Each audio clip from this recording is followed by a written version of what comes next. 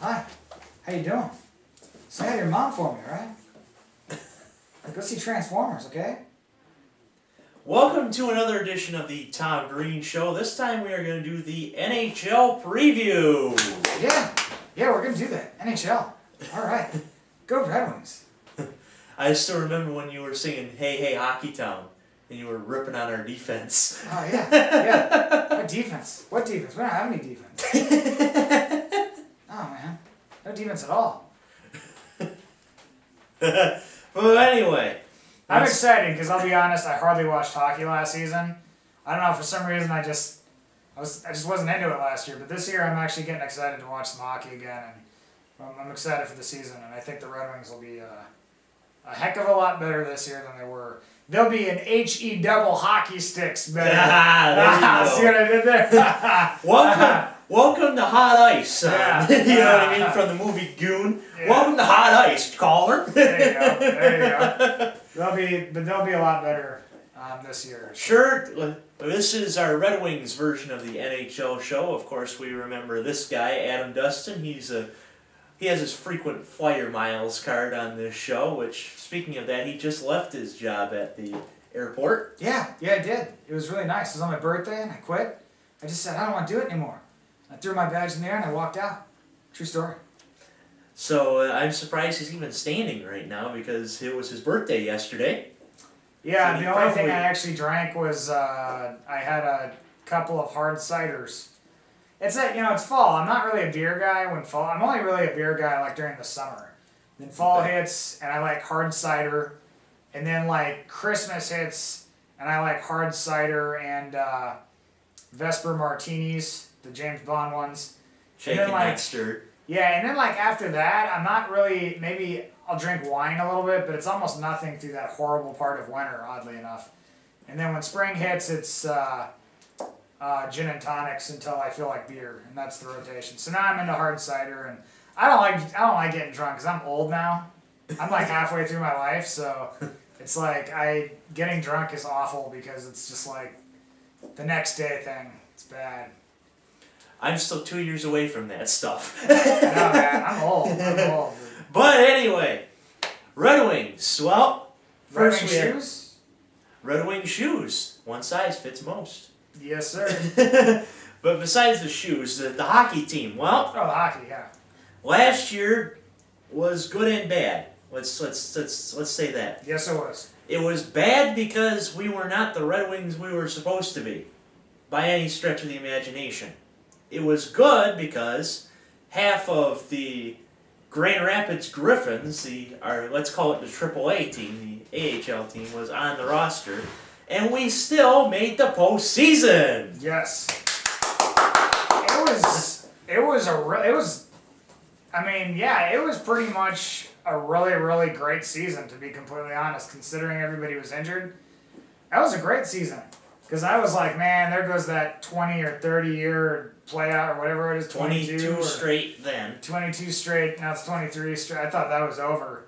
And man, down the stretch they played hard and they got their way into the playoffs. And there was a spot where I thought, that's it, they're done. And then they played Toronto at home, and they played a resilient game then against Toronto, made it 3-1, and then. So I think Toronto scored on an empty net to make it 3-2, and we won that game. And then I thought, here we go. So, of course, the downside to losing half of your starting players is that you're probably not going to win the Stanley Cup. The plus side, though, is the next year there's this thing called depth and experience, which now Detroit has because, once Datsyuk comes back, because once again he's injured, if they stay healthy, they're going to have nothing but a really veteran, experienced, talented front line. But, man, they're going to be able to plug in these guys who are really experienced now, and they're not going to be intimidated. Thomas Tatar, who's been lighting it up in the preseason. Gustav Nyquist, who had a good preseason. Nyquist, for all yours, game-winning, stretch time, overtime, shootout goals. Nyquist. Heck yeah, man. Dude. And then your quote about Tatar and Precious. Gosh, man. Tatar. What's Tatar? Oh, Tatar. What is Tatar, Precious? Tatar. Boil them, mash them, stick them in a stew. Gosh, man. You and I are never gonna ever get dates. I hope the Fox Sports girls never see these because they'll just be like, wow, there's a couple of serial killers. She's like, yeah, I probably should unfriend that one guy who keeps contacting me on Twitter. But the other guy, though, he's great. He gives me 10 million hits on my website a day, so he just hasn't communicated with me yet. Don't listen to this guy. No, but yeah, in the end, it's a good thing for this season, and I really think Detroit not only are they gonna make the playoffs again, but I'm thinking they might make a decent run, but I'm not gonna go too far on that analysis right yet. Sure, we did not pick up anybody in free agency, thanks Ken Holland, but nobody wants to go here anymore either. 95% of who was injured is back, which is pretty much our free agency in itself. Our free agency was Zetterberg and Datsuk, so, and let's face it, Ken Holland only has so much. Remember, this is the thing. People are like, well, Ken Holland doesn't have it anymore. But here's the problem. Back in the day, there was no salary cap, and the Red Wings could go out and they could offer the actual amount of money that a player was deserving of. What he's done correctly is Zetterberg has spent his whole career in Detroit. Datsuk has spent his whole career in Detroit. These great players that we get, we hold on to. A lot of teams can't say that. The trade-off of that is when you're spending all this money on your best players, you don't have a lot of money to spend on other big-time players who might become available. So if you can offer $3.5 or $4 million to some guy who would really help you, but another team will offer you $5.5 or $6, I mean, a lot of times they'll just go to the money. And that's the thing, is not a lot of players right now want to go to Detroit. I think the only mistake you could say he's made, and it was hard to really blame him, but signing Franz into the 10-year contract. Because when he signed into that contract, he was a world beater. He looked like he was going to be a superstar. And ever since he got that contract, Franzen has gone to sleep. Now he's just at first you think he's that hardworking mule, and now he's just a mule that wants to lie down and sleep, and that's pretty much, So in the end, he signed the wrong guy. He should have signed Hossa to a 10-year contract and let Franzen go. Instead, he signed Franzen and let Hossa go to the Blackhawks. So that was the only real major mistake I think Ken Holland has made. There's a lot of people out there that will disagree with me on this, but with a salary cap, it's going to make things a lot harder to just go out and buy players. But Datsuk has never left Detroit, and Zetterberg has never left Detroit. Kronwall's never left Detroit. So that's the one thing that nobody gives Holland credit for, is he's held on to his stars. They've never left, and they could have. Well, I kind of agree, but there's one real thing that Ken Holland has to do and he won't. Get rid of Quincy. Yeah, Quincy. He sucks! But it's who knows if that's him or if that's Babcock? Because if Mike Babcock...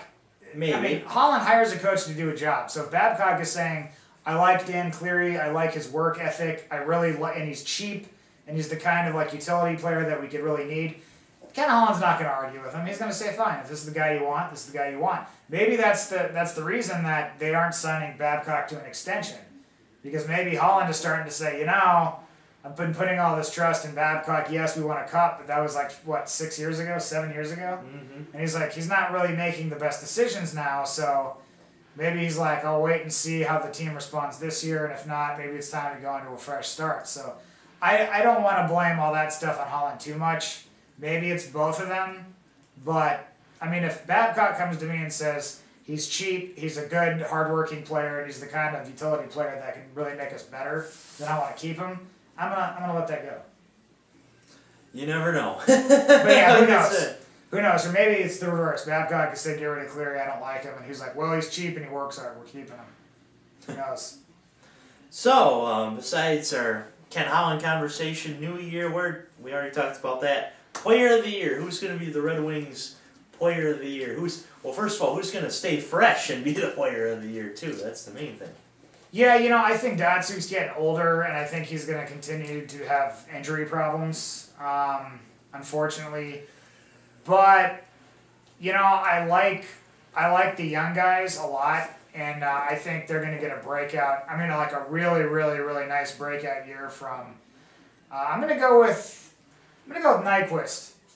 I think Gustav is experienced enough now. I think he's going to break out. He's going to have like a really, really sweet year, and I think he'll be the guy that gets Player of the Year for the Red Wings. But if they're going to be successful in the playoffs, they need Zetterberg, I think, to be their Player of the Year, even more than Datsyuk. Zetterberg, he's been good, but like he can be better. When they won the Cup with Babcock, Zetterberg was like the main reason. He was lethal both ways. Mm-hmm. So Zetterberg's got to be the guy, but I'm going to go with Nyquist. Zetterberg's on my fantasy team, so you better do it, Zeddy. Darn right. I'm gonna say a tie between Zetterberg and Tatar.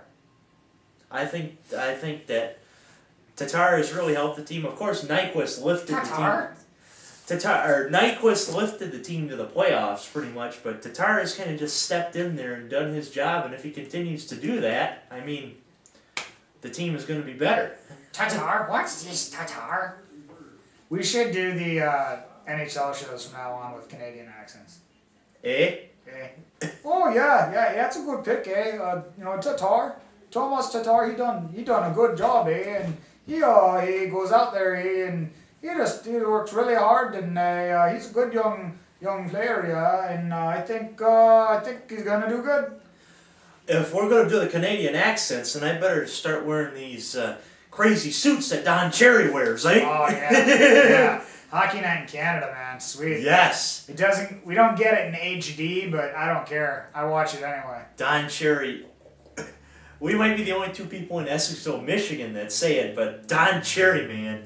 I don't know, man. Don Cherry. We're close enough to Canada that people gotta know who Don Cherry is. I mean, Jesus, he's awesome.